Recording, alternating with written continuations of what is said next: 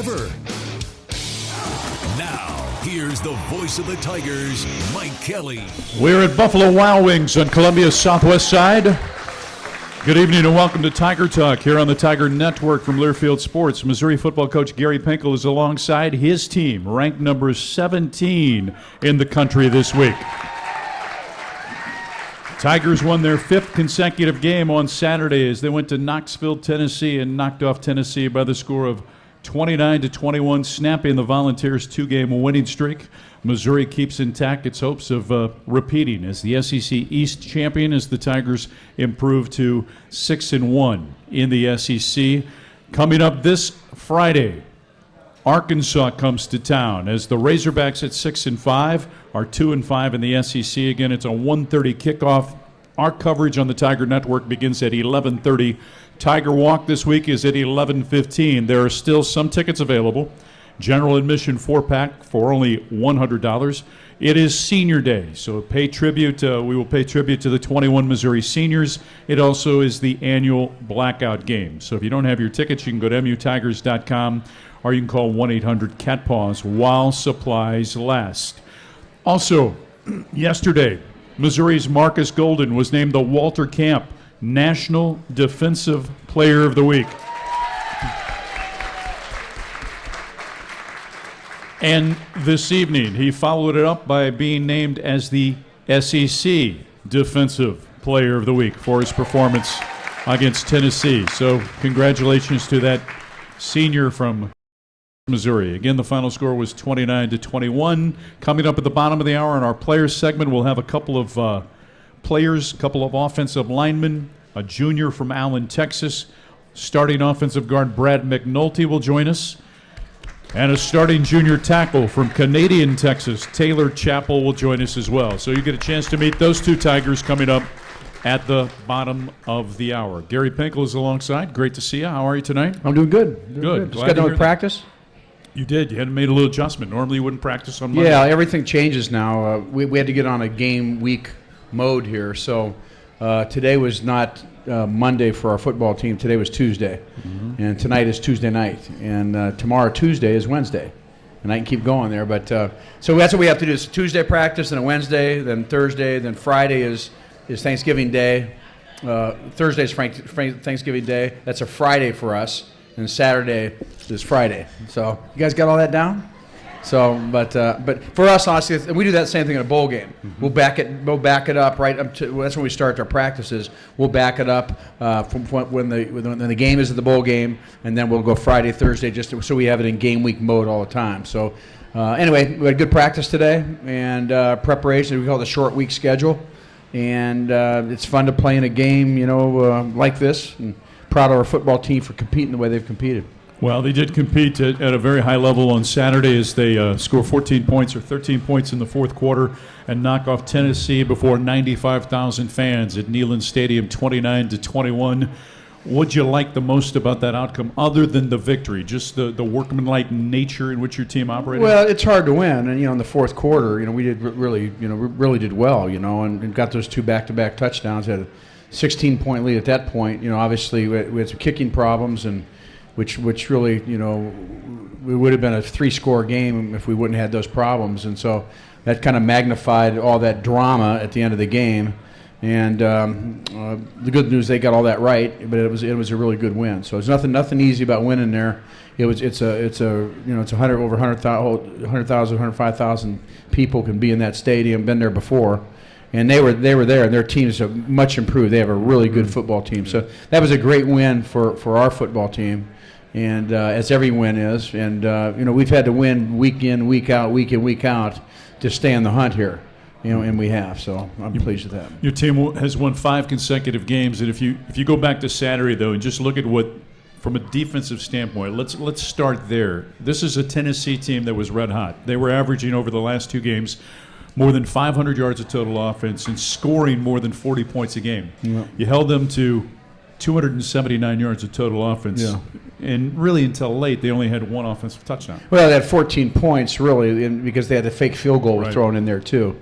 But, yeah, we're playing really good defense, and it's great to see that, and it's been very consistent. And we also got 2 turnovers, and the offense did not turn the ball over at all, so we're +2 in turnover margin. So that's, that was certainly, excellent, and the offense had 415 yards total offense, and really 31 points, and so that's outstanding also. And, you mentioned the turnovers. Let's just elaborate on that. You showed me a great stat earlier today. In 9 wins, you're +15 in turnovers. In the 2 losses, you're -6. -6, yeah. So that's the power of turnovers and winning, and we all know that. And so we got one more game in regular season against Arkansas that hopefully we can, continue to hopefully get that on our side. And they're pretty good in that area also. And, of course, going back to Saturday, we talked a little bit about defense. What would you like about what your offense did, particularly in the fourth quarter? When you had to have points, they performed. Yeah, they had been playing very good defense also. So that we kind of had a battle going in there. We had a lot of penalties, which on offense, which puts you in 1st and 15 and second and 20 and those type of things, and it really it makes it much more difficult. But overall, we had a couple of real long drives. We had 4 scoring drives. Did that also, and a lot of good things. We got to get rid of the penalties, and that's something I'm responsible for.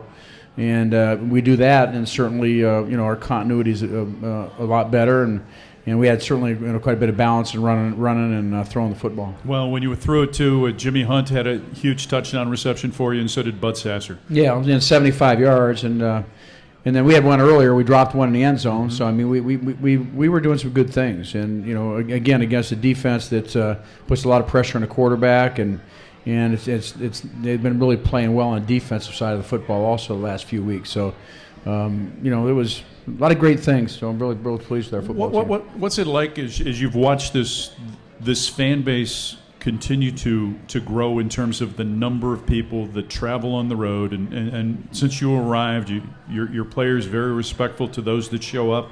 You go afterwards and sing the fight song in front of them and celebrate with your fans. But to see the way, I'm looking from our vantage point across the way from where our fans are seated at Neyland Stadium. Most of that lower level was Missouri fans. Yeah, right, and that's where their seat allocations are. But there's no question about it. Like I said at the beginning of the season, our fans travel.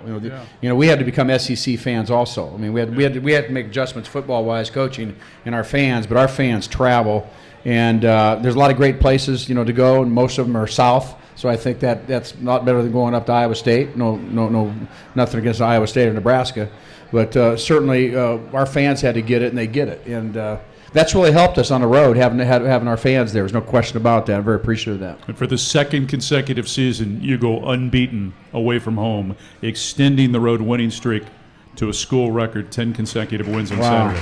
So. I know you well enough to know that you won't kind of go broad brush and kind of from a perspective standpoint, but we've talked about it many times. The keys to winning on the road are what? Well, ultimately, it's all about focus. I can talk about it now because we don't have a road game till next year. So people ask me the last 3 or 4 weeks, just like the turnovers. They kept asking me, "Boy, you've got turnovers. You got the longest in the nation. You got the longest in the nation." And then we broke that, and I think we went 3 straight weeks without getting 1 turnover. So they were doing the same thing about winning on the road. This is kind of my take on this thing. In the last couple of years, we placed a real emphasis on. First of all, it's all about focus. It's all about that play, focusing and putting everything you have into that play. And no matter what happens, whether the fans are going crazy, no matter what's going on, the next play, you got your head right, and 25 seconds later to play your very best play again. And you do that over and over. And you train. We call that whistle to snap. You train yourself from the whistle blows until the snap again to get yourself playing at your best. Okay, and that sounds easy, but that's difficult to do. Mm-hmm. It takes self-discipline. It takes mental toughness, and it takes just a real desire to remain focused. So that's what everybody who plays on the road or home. That's what you want to do. I don't care where you're playing. That's how you got to play football if you're going to play your best. And on home games, it's simple. It's easier because you got the fans on your side and all those other things. On the away games, it gets much more difficult because you got 100,000 fans that are against you. And we've taken this mode here in the last couple of years, and we don't really talk about our opponent much. I used to talk on Thursday meetings about our opponents, their strengths, their weaknesses, things we had to do on offense, things we had to do on defense, and I just quit doing it. I talked to them on a Tuesday practice, like today was a Tuesday practice. We have a team meeting before the practice, and I talk a little bit about the team at that time we're playing. After that, I don't say one word about the team we're playing. All I care is how we play. And I think our football team has kind of embraced that. It doesn't matter where we play, whether it's here in the Zoo or at Tennessee or South Carolina. It doesn't matter who we're playing. It does not matter. Ultimately, can we focus and play after play at a high level, no matter where we're at? And I think our players embraced it. I think they believe it. And I think that has and that trend kind of caught fire, and hopefully we can continue to do that. So I think that's, if you had to answer that question, that is a significant part of it. We're going to take a break. More with Gary Pinkel as Tiger Talk continues after this on the Tiger Network from Learfield Sports.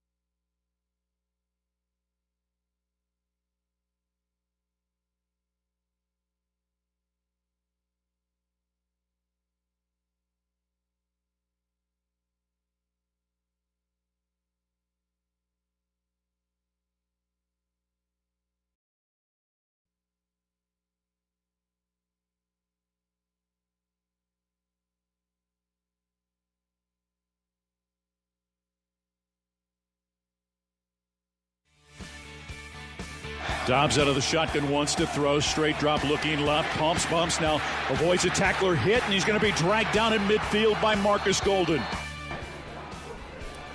Tiger Talk continues here on the Tiger Network from Learfield Sports. Come to Buffalo Wild Wings for late night overtime, 9 p.m. to close, Sunday through Friday. Score the lowest prices on every draft beer in the lineup. Text B-Dubs, B-D-U-B-S, to 65780 for $5 off a $25 purchase during the late night overtime here at Buffalo Wild Wings. Gary Pinkel's alongside. Coming up at the bottom of the hour, our player segment with Brad McNulty and also with Taylor Chappell. Hard to believe this is your final show of the season. This is the last week that you have to endure an hour with me. Yeah, it's really. I mean, it's really. It's hard to. When you're having a good year, the season goes really, really fast. I mean, it just flies through it. So, we're having a good year, and it is hard to believe. There's one regular season game left, and it just seems like it's flown by. We report back as a staff. Generally about July 20th, right around 18th, and then my guys have like 2 days off the end of July, like a weekend, and then we don't have a day off until after the bowl game, 1 day off, and so it's a grind. I mean, when you do it, I mean, you like kiss the women and children goodbye, and you're going to go to work, and so it's really it's a tremendous amount of work and time. And so we've had, and every week's the same. I mean, Monday's the same, Tuesday's the same, Wednesday, and you get on this deal. But it's great, and it's getting cold out now, and it's exciting. Hey, by the way, it's supposed to be 50 or 55 degrees Friday afternoon. Right. Okay, at 1:30, so that's pretty good there, too. Lots of tickets moving for the game. By the way, it's the first ever Battle Line rivalry presented by Shelter Insurance as Arkansas comes to town for a 1:30 kickoff. Tickets still available. Tickets, though, moving Very important, Gary Pinkel, for the Mizzou students that hold tickets to make sure they're back in town and come to the game on Yeah, Friday. they got to come back. And our students, they've done a great job this year. So, I mean, we need them back there. And we're playing a championship game. Last year when we played Texas A&M, we had a sellout, on this particular game. And we should, and without question. But everybody's got to get going and get back here. And we certainly appreciate that, and we need you. We need our fans to be on our side then. This is the first time that Missouri and Arkansas will play in the regular season, I think since 1963. Of course, you played in the Independence Bowl a couple years back. Also played in the Cotton Bowl with Chase Daniel in that game, which was a terrific afternoon for Tony Temple as he became the all-time leading rusher in Cotton Bowl history. Just a thought on what is, I think, going to quickly develop into quite a rivalry between two border states, Missouri and Arkansas. Yeah, it's just going to take a little bit of time, maybe like 1 year. Yeah, maybe like 1 year. And then the Missouri fans will start in a competitive way, build up some competitive dislike. And it's good, the KU and Mizzou. That didn't happen the first year, but it's going to happen quick now. With social media now, or networking, and people being able to stir each other up. This thing, I think it'll be a great rivalry. And basketball has played more often during the course of their individual seasons, but you can already feel the rivalry among the basketball schools, and so it's going to be fun. Again, it's coming up 1:30 on Friday. 11:15 is Tiger Walk. You mentioned your staff, their commitment, and the job that they do for you each and every year. I don't think that we spend enough time on this program talking about your staff.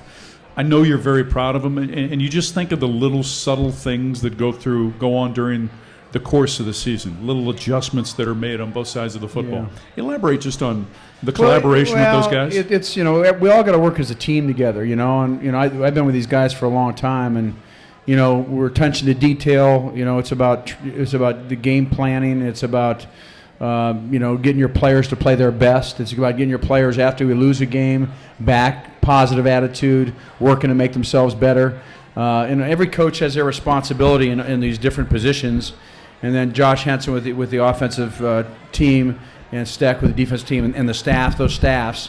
It's just all these little subgroups. And that's the beautiful thing about football is all these groups are on the field at different times and have their responsibilities for winning, and there's so many components to being successful. But my staff does a great job. They get along with people. They really passionately care about our players, and I think that's really important. I think that's a lot of what our union players talk about, it being a family atmosphere. We work at that. You don't just say, hey, this is a family, rah rah, we're a family. You do it because you treat people right, and you show you love them and you care about them. And it goes both ways, and sometimes you got to be a father to them and tell them things they don't want to hear. But bottom line is they know you care about them, and so I think our staff does a great job with that. So I've been really fortunate. I got great people around me, and all the support people that help my players do an outstanding job. Back after this, Tiger Talk continues on the Tiger Network from Learfield Sports.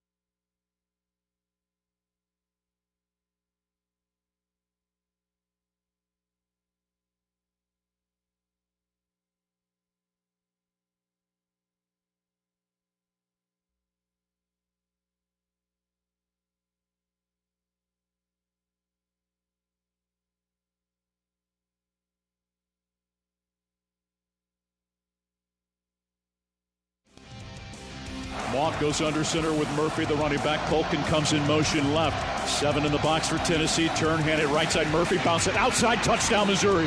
To the house, and the Tigers are on the board.